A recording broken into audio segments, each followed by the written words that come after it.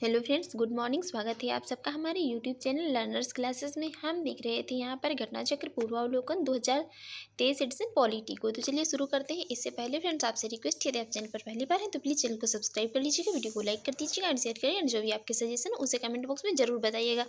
आज हम यहाँ पर शुरू करेंगे राज्य के नीति निर्देशक तत्व टॉपिक से। राज्य के नीति निर्देशक तत्व DPSP टॉपिक से यहाँ पर शुरू करेंगे। भारतीय संविधान के भाग 4 DPSP जो है, तो ये जो भारत का संविधान है, इसके भाग 4 में, भारतीय संविधान के भाग 4 में DPSP की बात की गई है।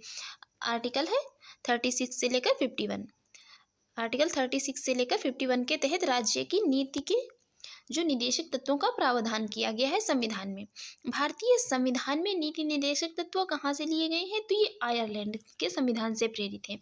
भारत का जो संविधान है, तो इसमें नीति निर्देशक तत्व जो है, तो ये आयरलैंड के संविधान से लिए गए हैं। कहीं कहीं पर जो है ये आपको आयरिश भी लिखा मिल सकता है, आयरिश के संविधान से। नीति निर्देशक तत्वों की प्रकृति अनुच्छेद 37 से स्पष्ट होती है। जो इसका अनुच्छेद 37 है, तो इससे इसके नीति निर्देशक तत्वों की प्रकृति स्पष्ट होती है। इसके मुख्य पक्ष कौन कौन से हैं? इसके मुख्य पक्ष जो है, तो पहला है नीति निर्देशक तत्वों के उपबंध न्यायालयों द्वारा लागू नहीं होती हैं। नीति निर्देशक तत्व जो है, इनके उपबंध न्यायालयों द्वारा लागू नहीं होते हैं। दूसरा है, तथापि इसके सिद्धांत देश के संचालन में जो है मूलभूत है, फंडामेंटल है, मतलब कि और राज्य का यह कर्तव्य है कि इन सिद्धांतों को क्या करे, कानून बनाकर लागू करे। अनुच्छेद 38 के अनुसार राज्य लोक कल्याण की अभिवृद्धि के लिए सामाजिक व्यवस्था बनाएगा। आर्टिकल 39 कहता है कि राज्य द्वारा अनुसरणीय कुछ नीति निर्देशक तत्व हैं, जैसे पुरुष और स्त्री को समान रूप से आजीविका प्राप्त हो और भौतिक संसाधनों का वितरणकारी न्याय उपलब्ध हो, आर्थिक विकेंद्रीकरण हो, पुरुष और स्त्री को समान कार्य के लिए समान वेतन प्राप्त हो, बालकों हेतु कल्याणकारी कार्य आदि हों। आर्टिकल 39 का में बात की गई है समान न्याय तथा निःशुल्क विधिक सहायता का प्रावधान किया गया। आर्टिकल 40 जो है, तो ये बात करता है। अनुच्छेद 40 कहता है राज्य ग्राम पंचायतों के गठन का प्रयास करेगा। आर्टिकल 41 में बात की गई है राज्य कुछ दशाओं में काम, शिक्षा तथा लोक सहायता पाने के अधिकार को क्या करेगा, प्राप्त कराने का उपबंध करेगा।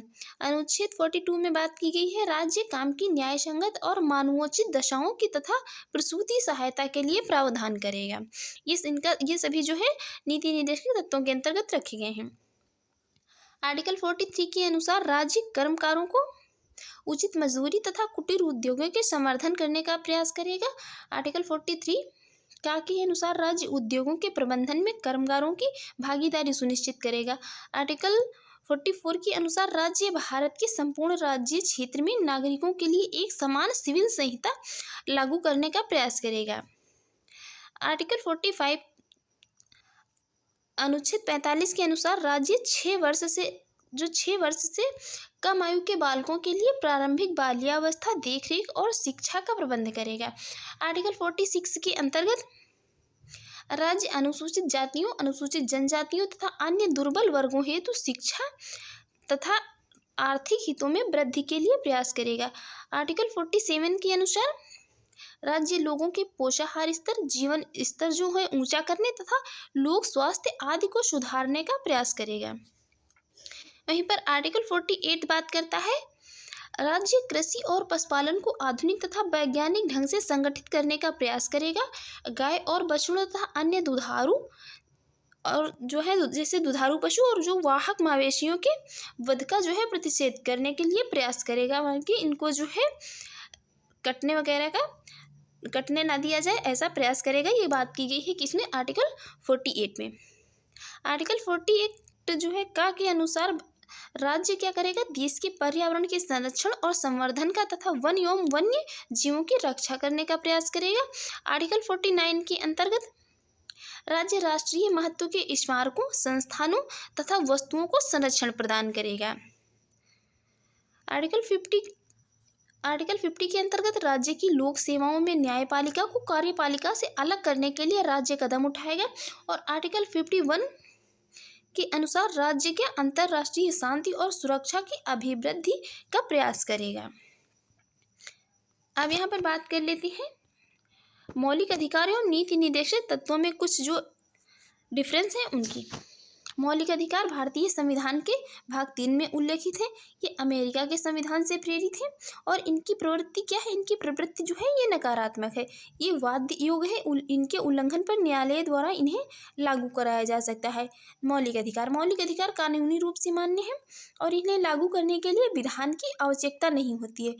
मौलिक अधिकार जो है ये व्यक्तिगत कल्याण को प्रोत्साहन देते हैं और ये नागरिकों को क्या है, स्वतः प्राप्त है मौलिक अधिकार। वहीं पर बात करेंगे किसकी, नीति निर्देशक तत्व जो हैं। तो नीति निर्देशक तत्व भारतीय संविधान के भाग 4 में उल्लेखित है।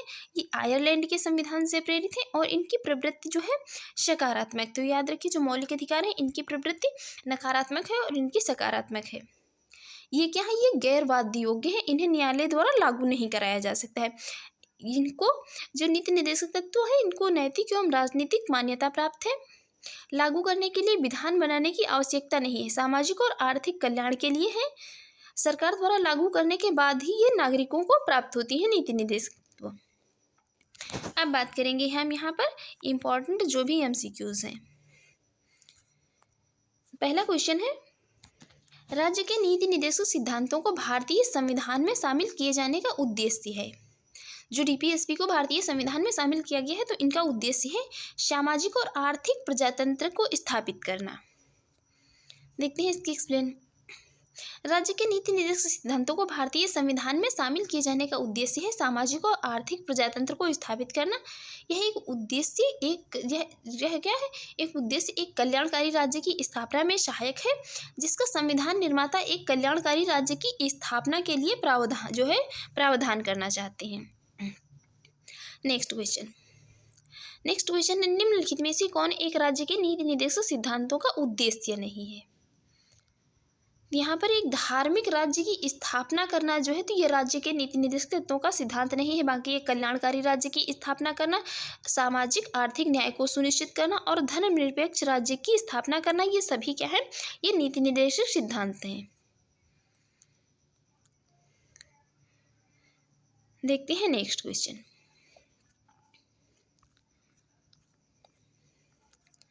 नेक्स्ट क्वेश्चन है यहाँ पर,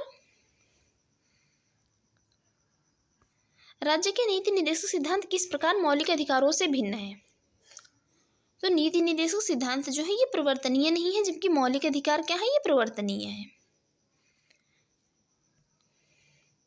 देखते हैं इसकी एक्सप्लेन। राज्य के नीति निर्देशक सिद्धांत मौलिक अधिकारों से भिन्न है क्योंकि नीति निर्देशक सिद्धांत क्या है, परिवर्तनीय नहीं है, जबकि मौलिक अधिकार न्यायालय द्वारा परिवर्तनीय है। नीति निर्देशक सिद्धांत संविधान के भाग 4 में वर्णित है और कल्याणकारी राज्य की स्थापना के लिए दिए गए निर्देश हैं, जबकि भाग 3 में वर्णित मौलिक अधिकार व्यक्तियों को राज्य कृत्य के विरुद्ध दी गई सुरक्षा की गारंटी है। नेक्स्ट, निदेशक तत्व क्या है। ये निदेशक तत्व जो है ये अवाध्य योग्य है, अवाध योग्य है निदेशक तत्व। देखते हैं नेक्स्ट है, भारत के संविधान के संदर्भ में राज्य के नीति निर्देशक तत्व क्या है। तो पहला स्टेटमेंट है विधायिका के कृत्यों पर निर्बंधन है। दूसरा स्टेटमेंट है कार्यपालिका के कृत्यों पर जो है निर्बंधन है। यहाँ पर जो है इसके कोई भी स्टेटमेंट करेक्ट नहीं है। इस देखते हैं इसकी एक्सप्लेन। राज्य के नीति निर्देशक तत्व विधायिका, कार्यपालिका और संवैधानिक मामलों में राज्य के लिए सिफारिशें हैं। MC शीतलवाड़ के अनुसार निदेशक तत्व कोई विधिक अधिकार एवं कानूनी उपचार नहीं बताते हैं। ये सभी राज्य क्रियाओं की विधायिका या कार्यपालिका के लिए प्रभुत्व पृष्ठभूमि का निर्माण करते हैं। अतः राज्य के नीति निर्देशक तत्व न तो विधायिका के कृत्यों पर निर्बंधन है और न ही जो ये कार्यपालिका के कृत्यों पर निर्बंधन है। नेक्स्ट,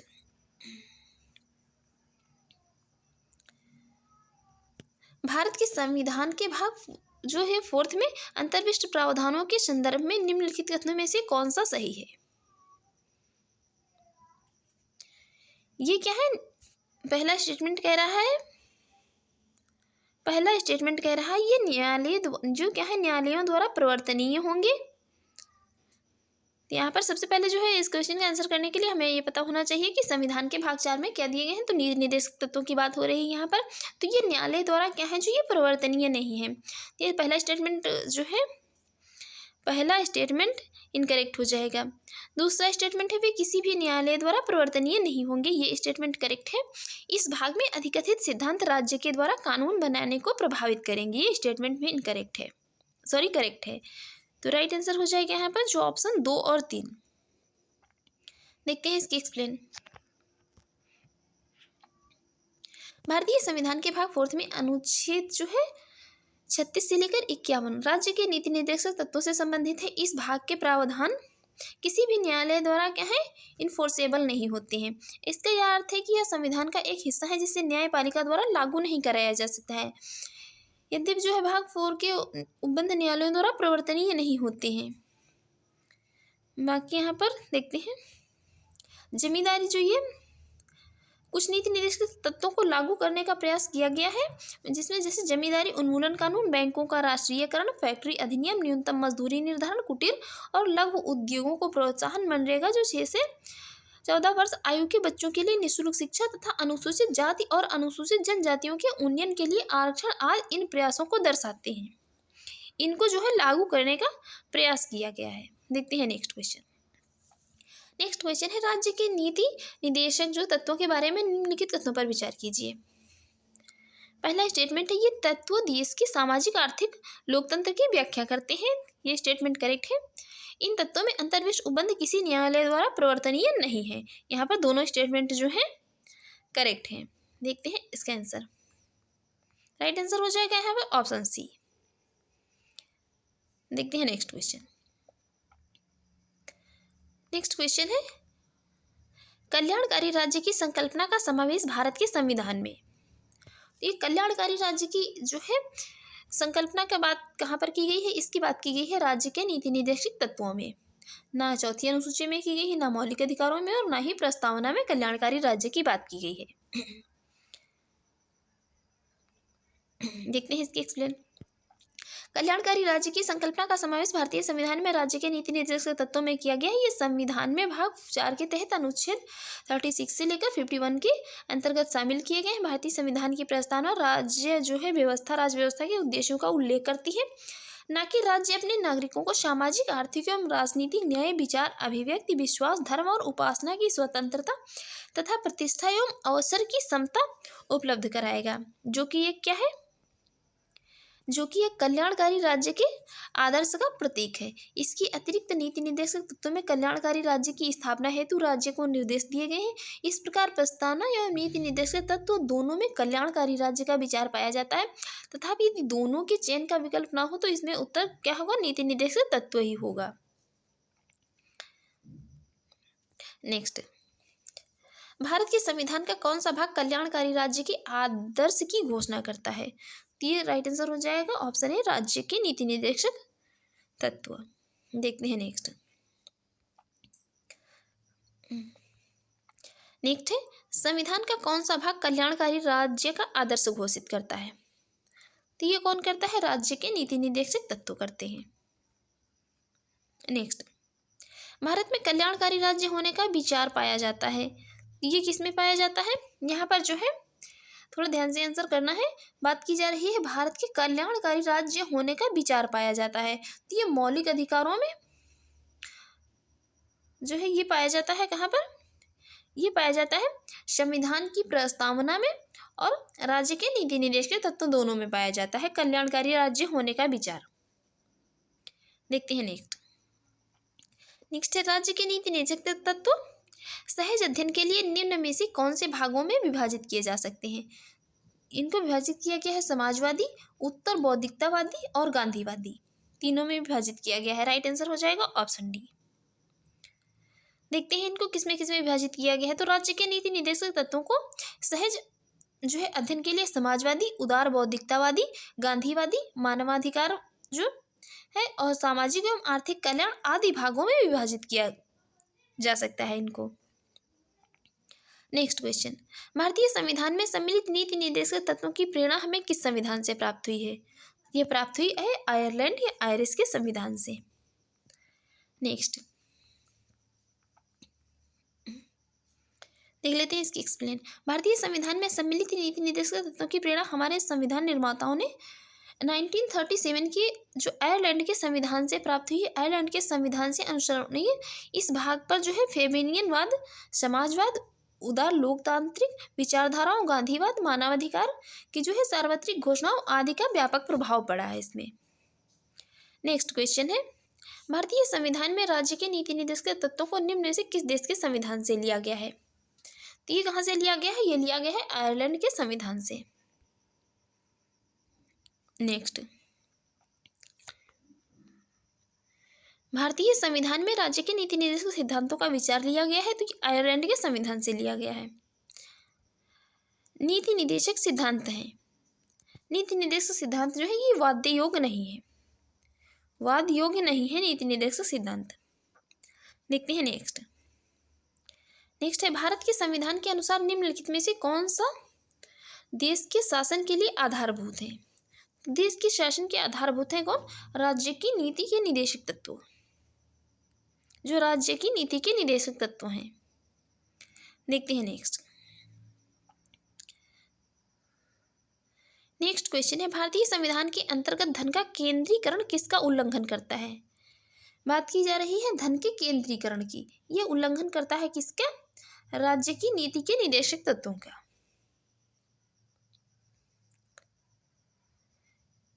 इसमें क्या है?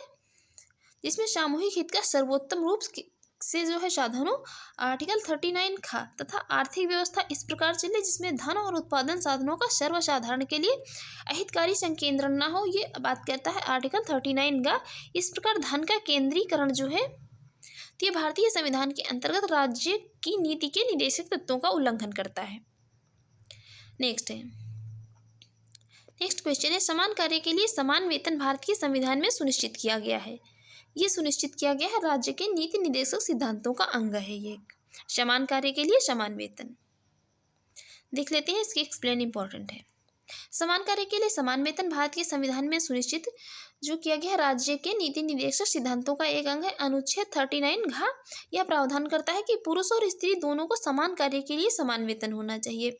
होता क्या है, रियल में क्या होता है कि जो है चाहे भले ही काम वही हो, लेकिन जो है यदि उसी काम को महिला करेगी तो उससे जो है कम वेतन दिया जाएगा, और यदि उसी काम को पुरुष करता है तो उसको जो है क्या अधिक वेतन मिलता है।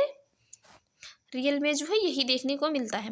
और संविधान के अनुच्छेद 39 घ के अनुसरण में संसद ने वर्ष 1976 में समान पारिश्रमिक अधिनियम पारित किया था, और यहीं पर रणधीर सिंह बनाम भारत संघवाद 1982 में सर्वोच्च न्यायालय ने अब निर्धारित किया कि संविधान की प्रस्तावना और आर्टिकल 39 घ के आलोक में अनुच्छेद जो है 14 एवं 16 को पढ़ने से समान कार्य के लिए समान वेतन का सिद्धांत प्राप्त होता है। नेक्स्ट है, निम्नलिखित में से कौन सा राज्य की नीति के निदेशक तत्वों में निहित नहीं है? इसमें निहित नहीं है क्या?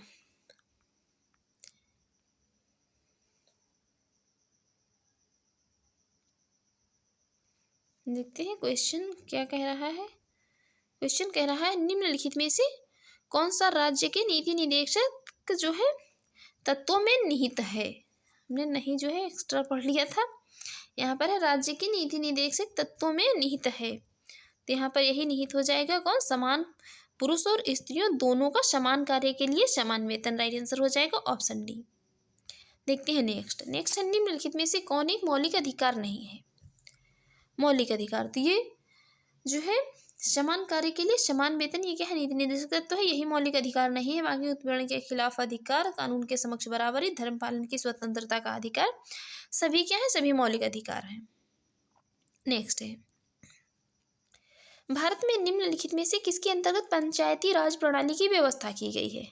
तो पंचायती राज प्रणाली जो है इसकी व्यवस्था की गई है राज्य के नीति निर्देशक सिद्धांतों में। देख लेते हैं इसकी एक्सप्लेन।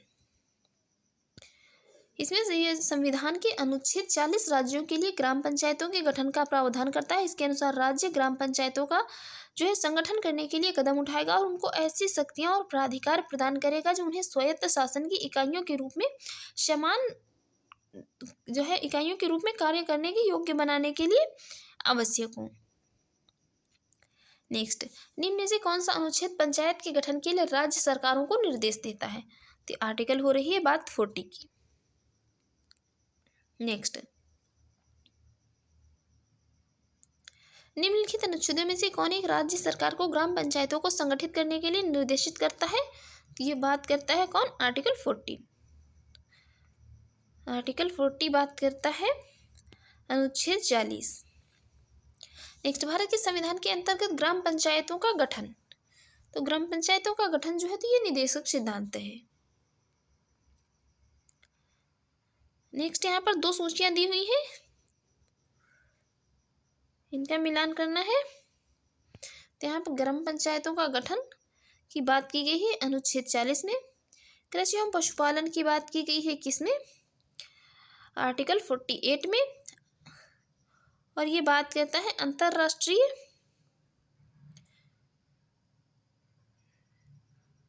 न्यायपालिका का कार्यपालिका से पृथक्करण, आर्टिकल 50 में। अंतर्राष्ट्रीय शांति का विकास जो बात की गई है किसमें? आर्टिकल 51 में। और जो है समान आचार संहिता की बात की गई है किसमें? आर्टिकल 44 में। 51 में ये बात की गई है किसकी? न्यायपालिका। 50 में बात की गई है न्यायपालिका और कार्यपालिका के पृथक्करण की। देखते हैं इसकी एक्सप्लेन।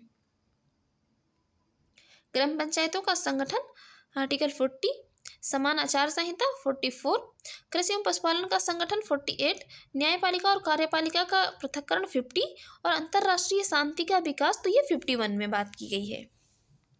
देखते हैं नेक्स्ट।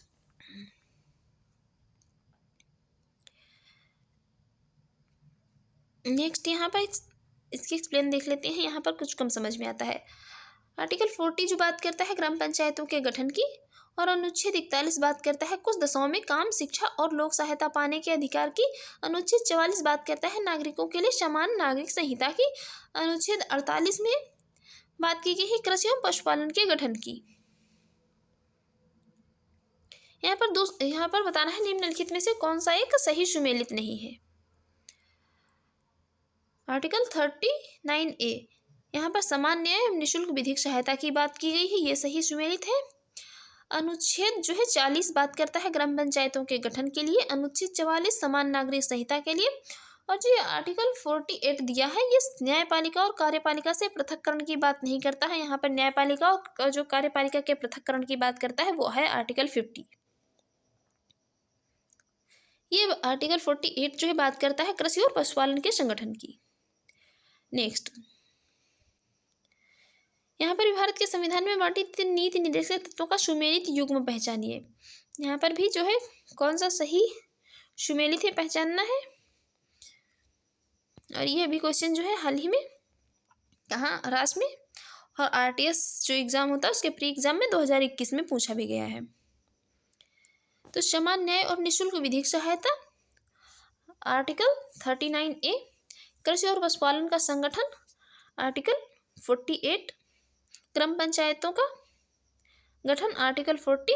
पुरुष और स्त्रियों दोनों का समान कार्य के लिए समान वेतन, तो ये आर्टिकल जो 39 घ है इसमें इसकी बात की गई है। नेक्स्ट, निम्नलिखित युग्मों में से कौन सही सुमेलित नहीं है। यहाँ पर बताना है कौन सा सही सुमेलित नहीं है। तो देखते हैं, पहला है न्यायपालिका का कार्यपालिका से पृथक्करण, सही है, अनुच्छेद 50 में बात की गई है। दूसरा है अनुसूचित जातियों तथा अनुसूचित जनजातियों के लिए शैक्षणिक तथा आर्थिक हितों की अभिवृद्धि की बात की गई है, आर्टिकल 46 में। और जो सहकारी सोसाइटी, ये सहकारी सोसाइटी का संवर्धन, तो सहकारी सोसाइटी का संवर्धन की बात जो है ये आर्टिकल 43A में नहीं की गई है। बाकी यहाँ पर जो ये डी वाला है ये भी करेक्ट है, तो यही वाला राइट आंसर हो जाएगा ऑप्शन सी। ये बात की गई है किसमें? जो सहकारी समितियों के संवर्धन की चर्चा संविधान के अनुच्छेद 43B में बात की गई है, न कि 43A में। 43A में उद्योगों के प्रबंधन में कर्मकारों का भाग लेना जो है सुनिश्चित किया गया है। नेक्स्ट यहाँ पर कथन ए कह रहा है मनरेगा के हर परिवार के लिए कम से कम एक सदस्य को वर्ष में 100 दिन का रोजगार दिलाने का प्रावधान करता है। बिल्कुल करता है, करेक्ट है। और रोजगार का उसका कारण कह रहा है रोजगार का अधिकार संविधान के भाग 3 में प्रविधित है। संविधान के भाग 3 में है या 4 में है? तो ये संविधान के भाग 4 में है, ना कि 3 में। तो यहाँ पर राइट आंसर हो जाएगा ऑप्शन सी, ए सही है, परंतु आर क्या है, गलत है। देख लेते हैं इसके एक्सप्लेन। महात्मा गांधी राष्ट्रीय ग्रामीण रोजगार गारंटी अधिनियम, जिसको कहा गया है मनरेगा, भारत में लागू एक रोजगार गारंटी योजना है जिसे वर्ष 2005 में लोकसभा द्वारा अधिनियमित किया गया था। यह योजना प्रत्येक वित्तीय वर्ष में किसी भी ग्रामीण परिवार के उन वयस्क सदस्यों को 100 दिन का रोजगार उपलब्ध कराती है जो कि सामूहिक न्यूनतम मजदूरी पर सार्वजनिक कार्य संबंधित अकुशल मजदूरी करने के लिए तैयार हैं। यह संविधान के अनुच्छेद भाग 4 के अनुच्छेद 41 के प्रावधान कुछ दशकों में काम, शिक्षा और लोक सहायता पाने के अधिकार के अनुसरण में लाया गया है और न कि भाग 3 में। भाग 3 में मौलिक अधिकार में रोजगार का अधिकार शामिल नहीं है। नेक्स्ट, मनरेगा कार्यक्रम निम्नलिखित में से भारतीय संविधान के किस अनुच्छेद को लागू करने हेतु लाया गया है? तो ये किसको लागू करने हैं? तो आर्टिकल 43 को लागू करने हेतु लाया गया है। देखते हैं नेक्स्ट, इसको अभी हम देख चुके हैं। एक्सप्लेन। 42वें संविधान संशोधन द्वारा किस अनुच्छेद के माध्यम से श्रमिकों की प्रबंधन में भागीदारी सुनिश्चित की गई है? ये सुनिश्चित की गई किसके द्वारा? अनुच्छेद 43A के द्वारा। और जो 42वां संविधान संशोधन कब हुआ था? तो ये हुआ था 1976 में। देखते हैं नेक्स्ट, संविधान के किस अनुच्छेद द्वारा उद्योग के प्रबंधन में कर्मगारों की भागीदारी का प्रावधान दिया गया है? ये दिया गया है आर्टिकल 43A में। देखते हैं नेक्स्ट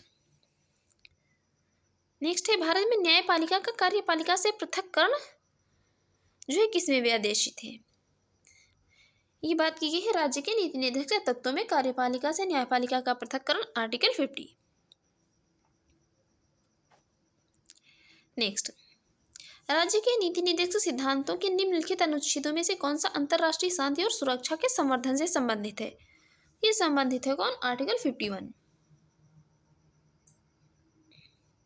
इनको भी सबको जो है हम कई बार एक्सप्लेन कर चुके हैं। देखते हैं नेक्स्ट क्वेश्चन। नेक्स्ट है, भारत के संविधान में अंतर्राष्ट्रीय शांति और सुरक्षा की अभिवृद्धि का उल्लेख कहाँ किया गया है? तो राज्य की नीति के निर्देशक तत्वों में किया गया है। देखते हैं नेक्स्ट क्वेश्चन।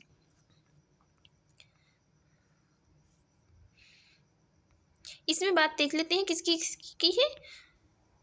इसमें बात की गई है अंतर्राष्ट्रीय शांति और सुरक्षा की अभिवृद्धि का, राष्ट्रों के बीच न्याय संगत और सम्मानजनक जो सम्मानपूर्ण संबंधों को बनाए रखने का, संगठित लोगों को एक दूसरे से व्यवहारों में अंतर्राष्ट्रीय विधि और संधि बाध्यताओं के प्रति आदर बढ़ाने का और अंतर्राष्ट्रीय विवादों के जो है के मध्यस्थता द्वारा निपटारे के लिए प्रोत्साहन देने का प्रयास इसमें किया जाएगा। नेक्स्ट, भारतीय संविधान का कौन सा भाग अंतर्राष्ट्रीय शांति और सुरक्षा के प्रति राज्य के उत्तरदायित्व का उल्लेख करता है? तो ये बात कहता है राज्य की नीति के निर्देशक सिद्धांत, इसका उल्लेख करते हैं। नेक्स्ट, भारतीय संविधान का कौन सा अनुच्छेद भारत की विदेश नीति से संबंधित है? ये संबंधित है आर्टिकल 51। नेक्स्ट है, निम्नलिखित में से कौन सा संविधान के 42वें संशोधन द्वारा नीति निर्देशक तत्वों में नहीं जोड़ा गया है? तो ये किसको नहीं जोड़ा गया है? 42वें संविधान संशोधन द्वारा नीति निर्देशक जो है तत्वों में तो जोड़ा गया है, लेकिन ये 42वें संविधान संशोधन द्वारा नहीं जोड़ा गया है, बात की जा रही है। तो ये समान आचार संहिता, इसको जो है 42वें संविधान संशोधन द्वारा नहीं जोड़ा गया है।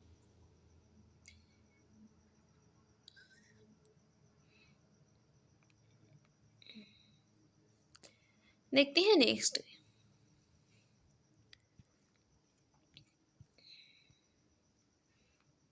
नेक्स्ट है, संविधान के 42वें संशोधन द्वारा निम्नलिखित में से कौन सा सिद्धांत राज्य के नीति निर्देशक तत्वों में जोड़ा गया है? 42वें संविधान संशोधन के द्वारा जोड़ा गया है उद्योगों के प्रबंधन में कामगारों की सहभागिता को। नेक्स्ट है, संविधान निम्न में से किसके शोषण के विरुद्ध अधिकार स्वीकृत करता है? ये स्वीकृत करता है बच्चों के, स्त्रियों के और जनजातियों की। यहाँ इसमें कहीं पर जो है दलितों की बात नहीं की गई है। दलितों के शोषण के विरुद्ध अधिकार की बात यहाँ पर कहीं भी नहीं की गई है संविधान में। संविधान में क्या है, दलित शब्द का संविधान में कहीं पर भी उल्लेख नहीं किया गया है। नेक्स्ट है, निम्नलिखित में से कौन एक राज्य का नीति निर्देशक तत्व नहीं है? तो ये 14 14 वर्ष की आयु तक के बच्चों को निःशुल्क शिक्षा जो है ये राज्य का नीति जो है राज्य की नीति निर्देशक तत्व का तत्व नहीं है, बाकी सभी हैं। इसको क्या है, इसको 86वें संविधान संशोधन 2002 के द्वारा अनुच्छेद 21 का के तहत ये भी मूल अधिकार बन गया है। और अब अनुच्छेद 45 के तहत शैशव पूर्व देखभाल तथा 6 वर्ष से कम आयु के बालकों को के लिए क्या है, निःशुल्क शिक्षा की व्यवस्था को इसमें शामिल किया गया है। देखते हैं नेक्स्ट है निम्नलिखित में से कौन सा राज्य का नीति निर्देशक तत्व नहीं है। राज्य का नीति निर्देशक तत्व नहीं है तो मादक पेयों का उपभोग का निषेध करना ये तो है, गाय और बछड़ों के वध का निषेध करना ये भी है, पर्यावरण का संरक्षण तथा संवर्धन ये भी है। तो यही डी वाला जो है यही नहीं हो जाएगा, तो यही राइट आंसर हो जाएगा ऑप्शन डी। नेक्स्ट है निम्नलिखित में से कौन सा राज्य के नीति के निर्देशक तत्वों में शामिल है। राज्य के नीति निर्देशक तत्वों में शामिल है। पहला स्टेटमेंट कह रहा है मानव के दुर्व्यवहार व्यापार और बलात्कार श्रम का प्रतिषेध, तो ये तो नहीं शामिल है। सेकेंड है मादक पेयों और स्वास्थ्य के लिए हानिकारक औषधियों के औषधीय प्रयोजनों से भिन्न उपभोग का प्रतिबंध, ये वाला शामिल है। राइट आंसर हो जाएगा ऑप्शन बी। देख लेते हैं इसकी एक्सप्लेन। नीति निर्देशक तत्वों के अंतर्गत अनुच्छेद 47 के तहत मादक पेयों और स्वास्थ्य के लिए हानिकारक औषधियों के औषधीय प्रयोजनों से भिन्न उपभोग का प्रतिषेध किया गया है। मानव के दुर्व्यवहार व्यापार और बलात्कार श्रम के प्रतिषेध मूलाधिकारों के अंतर्गत अनुच्छेद 30(1) के तहत किया गया है। नेक्स्ट, भारतीय संविधान में प्रतिष्ठापित राज्य की नीति के निर्देशक तत्वों के अंतर्गत निम्नलिखित प्रावधानों पर विचार कीजिए।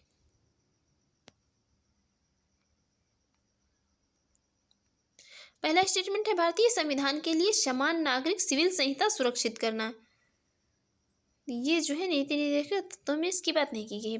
ग्राम पंचायतों को संगठित करना, इसकी नीति निर्देशक तत्वों में बात की गई है।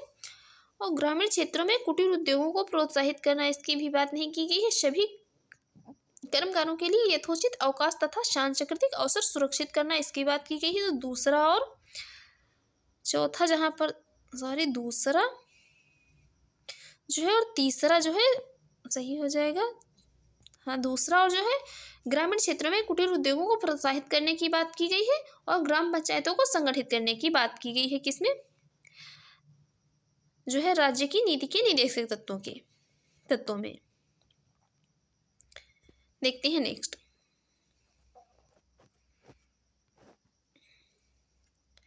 एक बार इसकी एक्सप्लेन देख लेते हैं।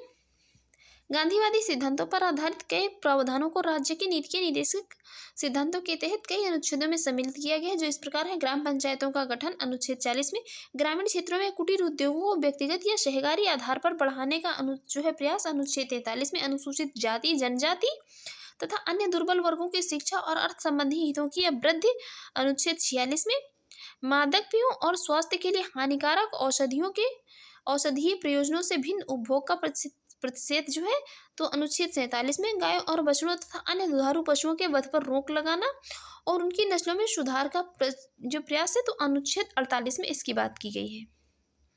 देखते हैं नेक्स्ट है निम्नलिखित में से भारतीय संविधान के किसमें पर्यावरण संरक्षण एवं संवर्धन तथा वन या वन्य जीवन की रक्षा के प्रावधान किए गए हैं। ये प्रावधान किए गए हैं राज्य के नीति निर्देशक तत्वों में और मूल कर्तव्यों में, ये दोनों में किए गए हैं।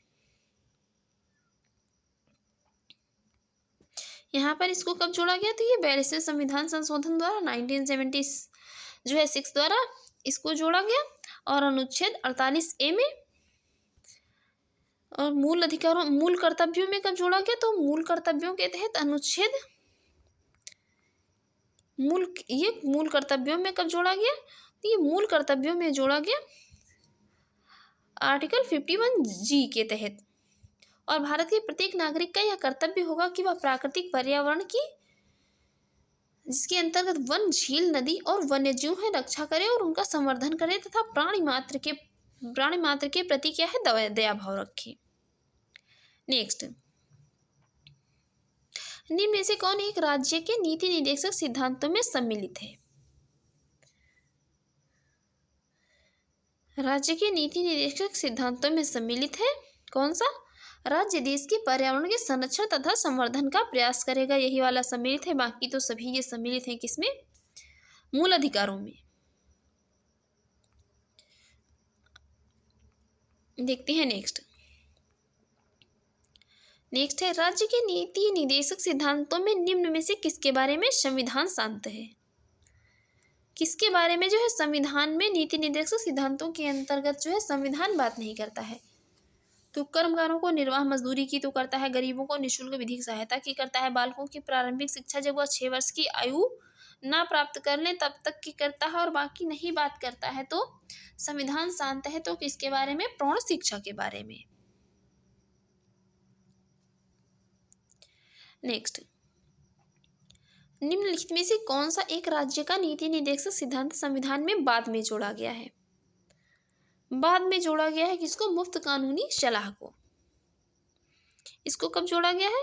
इसको जोड़ा गया है 42वें संविधान संशोधन अधिनियम 1976 द्वारा। नीति निर्देशक तत्वों के अनुच्छेद 39 का में गरीबों के लिए मुफ्त कानूनी सलाह और समान न्याय और निःशुल्क विधिक सहायता का प्रावधान किया गया है नीति निर्देशक तत्वों में। नेक्स्ट है राष्ट्रीय विधिक सेवा प्राधिकरण के संदर्भ में निम्नलिखित कथनों पर विचार कीजिए। पहला स्टेटमेंट है, इसका उद्देश्य समान अवसरों के आधार पर समाज के कमजोर वर्गों को निःशुल्क एवं सक्षम विधिक सेवाएं उपलब्ध कराना। राष्ट्रीय विधिक सेवा प्राधिकरण के संदर्भ में पहला स्टेटमेंट है, करेक्ट हो जाएगा। दूसरा स्टेटमेंट है, यह देश भर में विधिक कार्यक्रमों और योजनाओं को लागू करने के लिए राज्य विधिक सेवा प्राधिकरणों को निर्देश जारी करता है। यहाँ पर दोनों स्टेटमेंट करेक्ट हो जाएंगे। देखते हैं नेक्स्ट।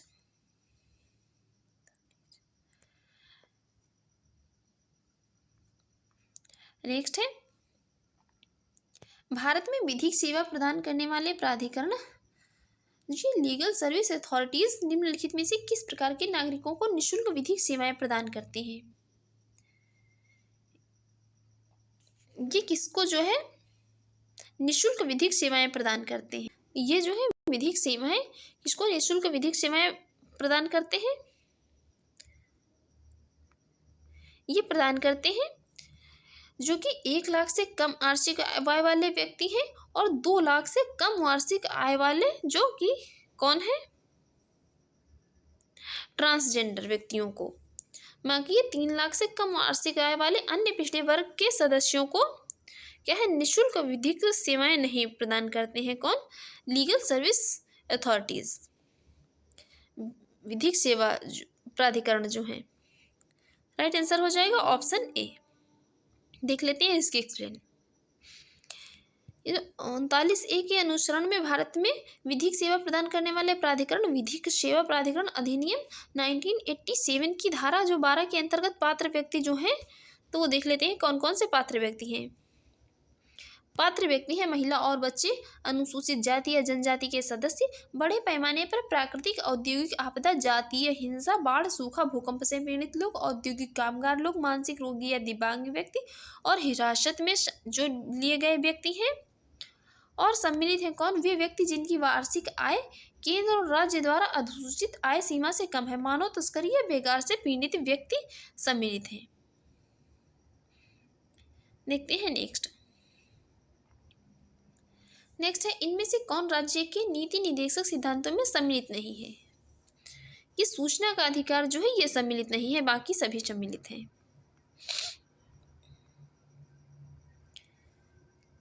ये सभी जो है आर्टिकल हम अभी एक्सप्लेन कर चुके हैं, इसलिए यहाँ पर देख लेते हैं थोड़ा।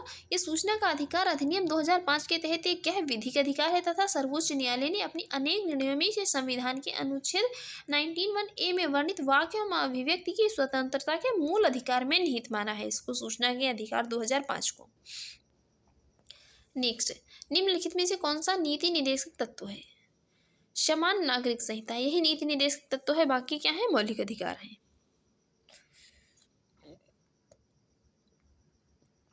नेक्स्ट, राज्य के नीति निर्देशक सिद्धांत के विषयों की पहचान कीजिए। पहला है मद्य निषेध, ये तो है। फैक्ट्रियों एवं खानों में बाल श्रम निषेध, ये भी नहीं है। बेकार तथा बलात् श्रम निषेध, ये भी नहीं। अस्पृश्यता निषेध, ये सभी कहाँ है? मौलिक अधिकारों में बात की गई है इनकी। तो राइट आंसर हो जाएगा कौन सा? Option C.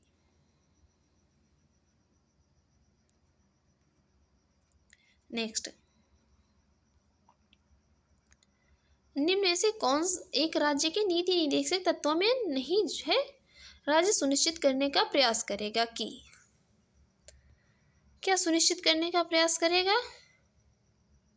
ये निदेशक तत्वों में नहीं है, तो अस्पृश्यता का उन्मूलन, और यहाँ पर राज्य इसको सुनिश्चित करने का प्रयास करेगा। नेक्स्ट, राज्य के नीति निर्देशक सिद्धांत एक ऐसा चेक है जो बैंक की सुविधा अनुसार अदा किए जा सकते हैं। ये स्टेटमेंट किसने दिया था? बहुत ही प्यारा स्टेटमेंट है। राज्य के नीति निर्देशक सिद्धांत एक ऐसा चेक है जो बैंक की सुविधा अनुसार अदा किए जा सकते हैं। ये स्टेटमेंट देने वाले थे कौन? केटी शाह। नेक्स्ट, भारत के संविधान के संदर्भ में निम्नलिखित कथनों पर विचार कीजिए। मूल अधिकार, मूल कर्तव्य और राज्य के नीति निर्देशक तत्व। पूछा जा रहा है यहाँ पर, भारत द्वारा आरंभ किए गए राष्ट्रीय सामाजिक सहायता कार्यक्रम में भारत के संविधान के उपयुक्त उपबंधों में से कौन है? राष्ट्रीय सामाजिक सहायता, इस राज्य के नीति निर्देशक तत्वों में बात की गई है। राइट आंसर हो जाएगा ऑप्शन सी, बी। देख लेते हैं इसकी एक्सप्लेन। 15 अगस्त 1995 से प्रारंभ राष्ट्रीय सामाजिक सहायता कार्यक्रम संविधान में प्रदत्त राज्य के नीति निर्देशक तत्वों अर्थात राज्य के संवैधानिक लक्ष्यों, विशेषकर अनुच्छेद 41 के तहत बेरोजगारी, वृद्धावस्था आदि की स्थिति में लोक सहायता संबंधी जो है निर्देश है की दिशा में यह एक महत्वपूर्ण कदम है। देखते हैं नेक्स्ट क्वेश्चन है, भारतीय संविधान के भाग 4 में दिए गए निर्देशित सिद्धांतों में कौन सा एक जो है सूचीबद्ध नहीं है?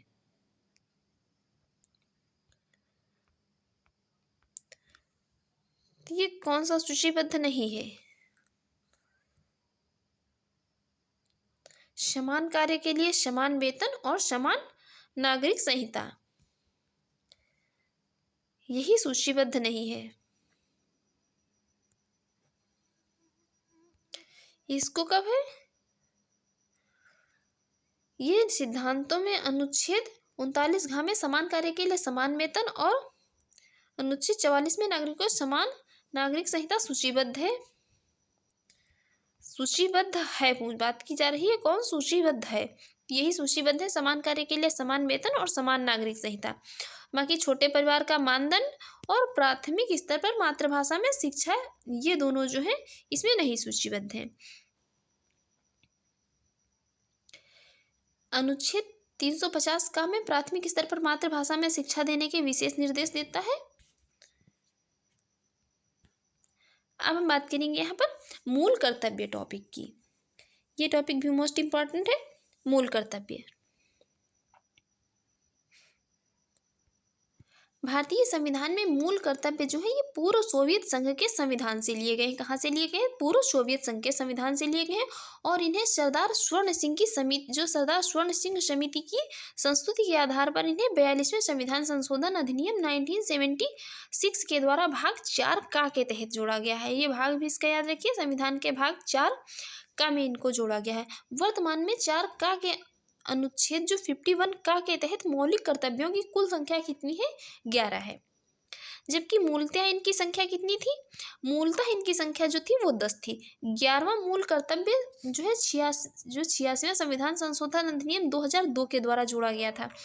मौलिक कर्तव्यों को प्रभावी बनाने के लिए वर्ष 1999 में जीएस वर्मा समिति का गठन किया गया था। और आर्टिकल 51 का मूल कर्तव्य भारत के प्रत्येक नागरिक का यह कर्तव्य होगा कि वह, पहला मूल कर्तव्य जो है ये है कि संविधान का पालन करे और उसके आदर्शों, संस्थाओं, राष्ट्रध्वज और राष्ट्रगान का आदर करे। दूसरा मूल कर्तव्य है कि स्वतंत्रता के लिए हमारे राष्ट्रीय आंदोलन को प्रेरित करने वाले उच्च आदर्शों को हृदय में संजोए रखे और उनका पालन करे। तीसरा है भारत की संप्रभुता, एकता और अखंडता की रक्षा करे और उसे अक्षुण्ण रखे। नेक्स्ट मूल कर्तव्य जो है वो है देश की रक्षा करे और आह्वान किए जाने पर राष्ट्र की सेवा करे। नेक्स्ट मूल कर्तव्य जो है तो वो है भारत के सभी लोगों में समरसता और समान भ्रातृत्व की भावना का निर्माण करें, जो धर्म, भाषा और प्रदेश या वर्ग पर आधारित सभी भेदभाव से परे हों। ऐसी प्रथाओं का त्याग करें जो स्त्रियों के सम्मान के विरुद्ध हों। नेक्स्ट है हमारी सामसिक संस्कृति की गौरवशाली परंपरा का महत्व समझे और उसका परिरक्षण करें। नेक्स्ट है प्राकृतिक पर्यावरण की, जिसके अंतर्गत वन, झील, नदी और वन्य जीव आते हैं, रक्षा करें, उनका संवर्धन करें और प्राणी मात्र के जो है प्रति क्या है दया का भाव रखें। नेक्स्ट जो मूल कर्तव्य है वो है कि वैज्ञानिक दृष्टिकोण, मानववाद तथा ज्ञानार्जन तथा सुधार की भावना का विकास करें। नेक्स्ट है सार्वजनिक संपत्ति को सुरक्षित रखें और हिंसा से क्या करें दूर रहे। नेक्स्ट मूल कर्तव्य जो है वो है व्यक्तिगत और सामूहिक गतिविधियों के सभी क्षेत्रों में उत्कर्ष की ओर बढ़ने का सतत प्रयास करें, जिससे राष्ट्र निरंतर बढ़ते हुए प्रयत्न और उपलब्धि की नई ऊंचाइयों को छू सके। और लास्ट मूल कर्तव्य जो है यह है यदि माता पिता या संरक्षक हैं तो 6 वर्ष से लेकर 14 वर्ष की आयु वाले अपने यथास्थित बालक या प्रतिपाल्य के लिए शिक्षा के अवसर प्रदान करें। ये जो है निम्न 11 मूल कर्तव्य हैं, इनको याद रखिए, जो है सीरियल वाइज ये पूछ लिए जाते हैं। अब देखते हैं इसके एमसीक्यूज। पहला क्वेश्चन है निम्नलिखित में से कौन सा भारतीय नागरिक के मूल कर्तव्यों के विषय में सही है। मूल कर्तव्यों के विषय में सही है। पहला स्टेटमेंट है इन कर्तव्यों को प्रवर्तित करने के लिए एक विधायी प्रक्रिया दी गई। इसको प्रवर्तित करने के लिए जो है विधायी प्रक्रिया नहीं दी गई थी। ये विधिक कर्तव्यों के साथ परस्पर संबंधित है, तो ये विधिक कर्तव्यों के साथ भी परस्पर संबंधित नहीं है, तो राइट आंसर हो जाएगा ऑप्शन डी। देख लेते हैं इसकी एक्सप्लेन। भारतीय संविधान के भाग 4 का के तहत अनुच्छेद 51 का के अंतर्गत मूल कर्तव्यों का प्रावधान किया गया है और स्वर्ण सिंह समिति की सिफारिश पर 42वें संविधान संशोधन अधिनियम 1976 के द्वारा मूल कर्तव्यों को संविधान में जोड़ा गया है। नागरिक इन कर्तव्यों का पालन करने के लिए नैतिक रूप से बाध्य है। हालांकि इन कर्तव्यों को प्रवर्तित करने के लिए कोई विधायी प्रक्रिया नहीं है। इनका जो है पालन जबरदस्ती किसी से नहीं करवाया जा सकता है। नीति निदेशक सिद्धांतों की तरह यह भी न्यायोचित नहीं है, अर्थात इनके उल्लंघन या अनुपालन न होने पर कोई कानूनी कार्यवाही नहीं की जाएगी। इनका जो चाहे पालन कर सकता है, जो चाहे ना करे, लेकिन जो है क्या करना चाहिए। नेक्स्ट, निम्नलिखित में से किसकी संस्तुति पर भारतीय संविधान में मूल कर्तव्य शामिल किए गए थे। ये शामिल किए गए थे किसकी संस्तुति पर, स्वर्ण सिंह समिति की संस्तुति पर।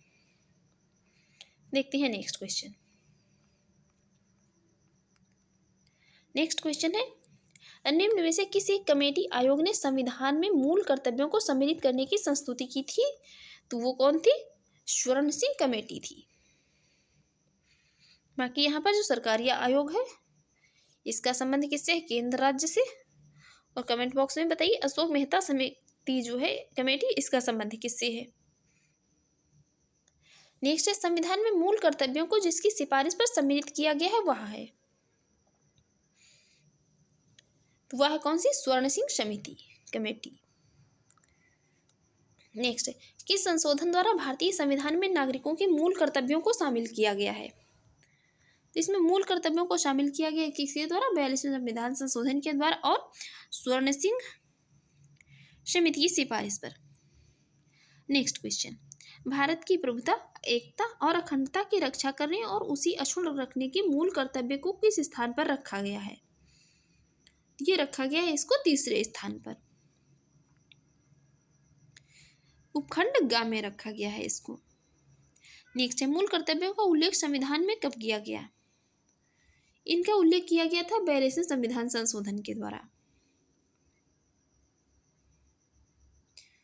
पहले ये क्या थे, 10 थे, बाद में 86 जो है 86वां संविधान संशोधन 2002 हुआ, उसमें एक मौलिक कर्तव्य बढ़ा दिया गया, फिर इसकी संख्या क्या हो गई, तब इनकी संख्या हो गई 11। देखते हैं नेक्स्ट है भारतीय संविधान के किस अनुच्छेद में 42वें संविधान संशोधन विधेयक द्वारा मूल कर्तव्यों को सम्मिलित किया गया। ये सम्मिलित किया गया था किसमें, अनुच्छेद 51A में। आर्टिकल 51A में। नेक्स्ट है, संविधान में मौलिक कर्तव्यों को कब सम्मिलित किया गया? मौलिक कर्तव्यों को सम्मिलित किया गया था 1976 में, 1976 में। नेक्स्ट, संविधान में नागरिकों के मूल कर्तव्यों की व्यवस्था 42वें संविधान संशोधन द्वारा किस वर्ष की गई? तो ये 1976 में की गई। नेक्स्ट है, भारत के संविधान के किस भाग में मौलिक कर्तव्य उल्लेखित हैं? मौलिक कर्तव्य उल्लेखित हैं।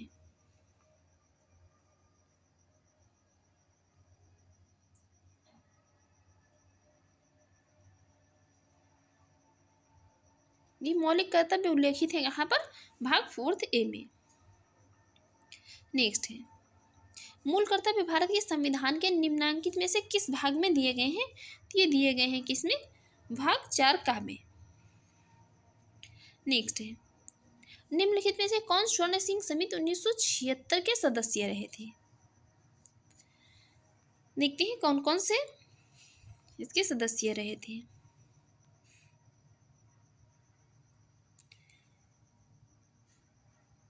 इसके सदस्य रहे थे कौन कौन? जो स्वर्ण सिंह समिति में अध्यक्ष सहित कुल कितने? 12 सदस्य थे। जो विकल्प में AR अंतुले दिए गए हैं, SS रे तथा CM स्टीफन इस समिति में शामिल थे। और कुल कितने थे? 1 अध्यक्ष थे और कुल जो है कितने थे? 12 अध्यक्ष सहित सदस्य थे 11। नेक्स्ट है, किस संविधान संशोधन द्वारा भारतीय नागरिकों के 10 मूल कर्तव्य संविधान में जोड़े गए हैं? तो इनको जोड़ा गया है 42वें संविधान संशोधन के द्वारा। नेक्स्ट है, भारत के नागरिक के मूल कर्तव्यों का विवरण संविधान के किस भाग में दिया गया है? तो इसको दिया गया है भाग 4 में। नेक्स्ट है, भारतीय संविधान के किस अनुच्छेद में भारतीय नागरिकों के मूल कर्तव्य शामिल किए गए हैं? ये शामिल किए गए हैं आर्टिकल 51A में, अनुच्छेद 51 में।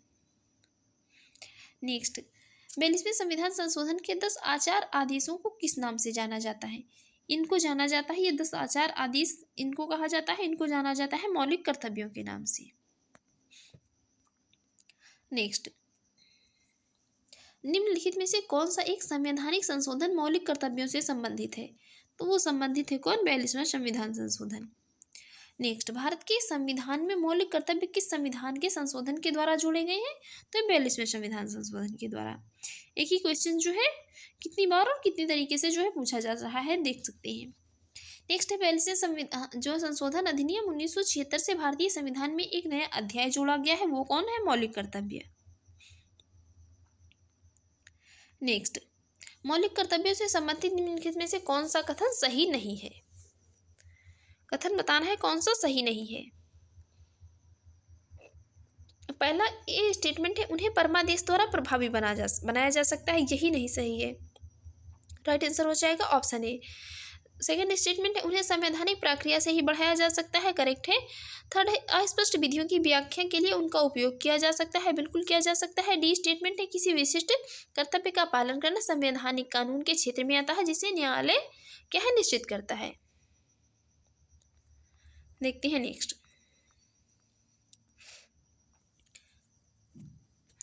नेक्स्ट है, भारतीय संविधान के अंतर्गत निम्नलिखित में से कौन सा मौलिक कर्तव्य नहीं है?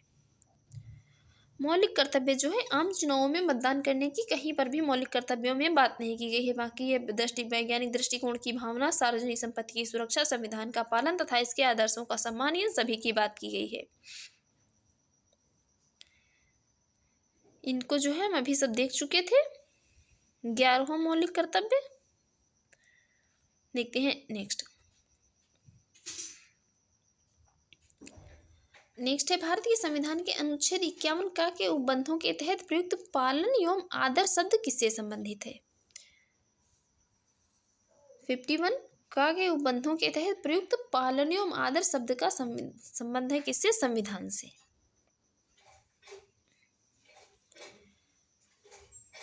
भारतीय संविधान के अनुच्छेद 51 का मूल कर्तव्य के प्रथम खंड का के अनुसार भारत के प्रत्येक नागरिक का यह कर्तव्य होगा कि वह संविधान का पालन करे, उसके आदर्शों, संस्थाओं और राष्ट्रध्वज और राष्ट्रगान का क्या? आदर करे।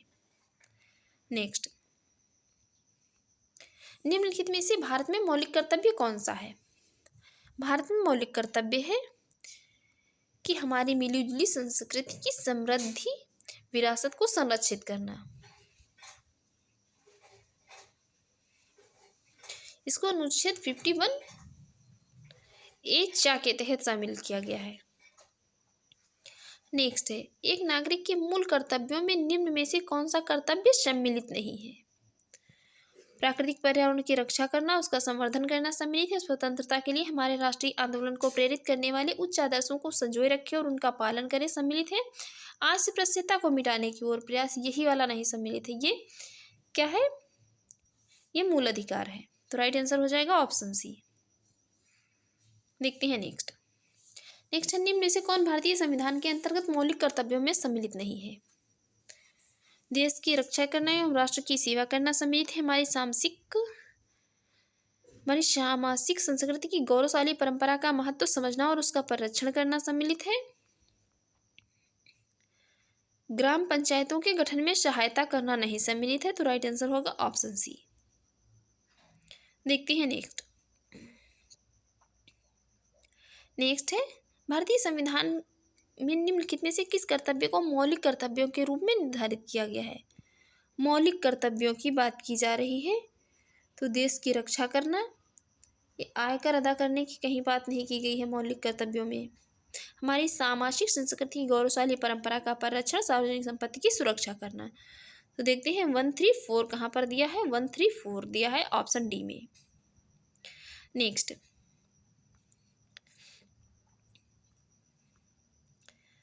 भारतीय संविधान द्वारा प्रदत्त नागरिकों के मूल कर्तव्यों में निम्नलिखित में से क्या है?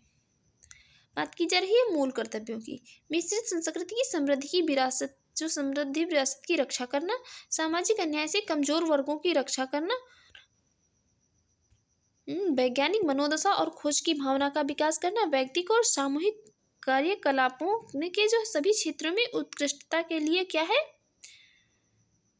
प्रयत्न करना। तो यहाँ पर जो है ये सामाजिक अन्याय से कमजोर वर्गों की रक्षा करने की कहीं पर भी मौलिक कर्तव्यों में बात नहीं की गई है। राइट आंसर हो जाएगा ऑप्शन सी। देखते हैं नेक्स्ट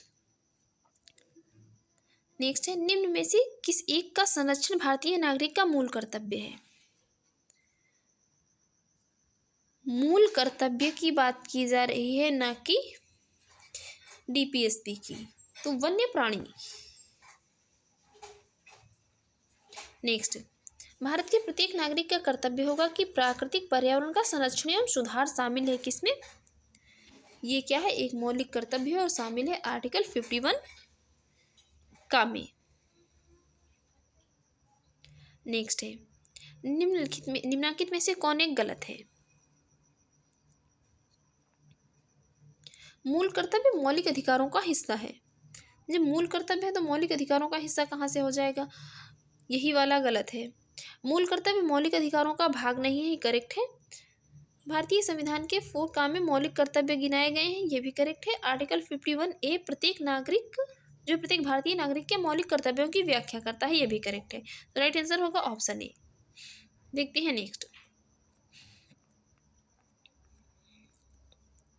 नेक्स्ट है, निम्नलिखित में से कौन सा एक मौलिक कर्तव्य नहीं है?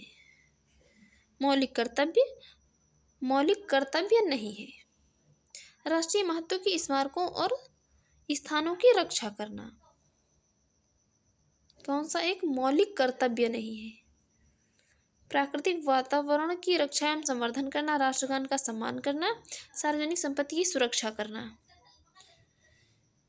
यहाँ पर जो है ये बात तो की गई है, राष्ट्रीय महत्व के स्मारकों और जो है स्थानों की रक्षा करना मौलिक कर्तव्यों में सम्मिलित नहीं है, बल्कि संविधान के अनुच्छेद 49 के तहत क्या है? राज्य के नीति निर्देशक तत्वों में सम्मिलित है। और ये क्वेश्चन जो है अभी हाल ही में यूपीपीसीएस के प्री 2022 में पूछा गया है। नेक्स्ट है, निम्नलिखित में से कौन सा एक मौलिक कर्तव्य नहीं है? ये राष्ट्रीय महत्व के स्थानों और स्मारकों की रक्षा करना यही वाला नहीं है। नेक्स्ट, निम्नलिखित में से कौन सा तत्व भारतीय संविधान के भाग 4A मूल कर्तव्य में वर्णित नहीं है? तो यहाँ पर कहीं पर भी मूल कर्तव्य में बात नहीं की गई है कि अपने माता पिता और गुरुओं को आदर करने की। Right answer option C. Next, भारतीय संविधान के अंतर्गत निम्नलिखित में से कौन सा मूल कर्तव्य नहीं है? मूल कर्तव्य नहीं है लोक चुनाव में मतदान करना। कहीं पर भी लोक चुनाव में मतदान करने की बात नहीं की गई है। नेक्स्ट, निम्नलिखित युग्मों में से कौन एक जो है सुमेलित नहीं है? बताना है कौन सा एक जो है सुमेलित नहीं है। तो भाग 2 में नागरिकता, भाग 3 में मूल अधिकार, भाग 4 में राज्य के नीति निर्देशक तत्व और जो है भाग 5 में ये मूल कर्तव्य नहीं दिए गए हैं, बाकी दिए गए हैं किसमें? भाग 4 ए में ही दिए गए हैं और 42वें संविधान संशोधन के द्वारा इन्हें भाग 4 ए में ही जोड़ा गया है मूल कर्तव्यों को। नेक्स्ट, भारत की प्रभुता, एकता और अखंडता की रक्षा करे और उसे अक्षुण्ण रखे या उपबंध किसमें किया गया है? ये किया गया है किसमें? मूल कर्तव्यों में।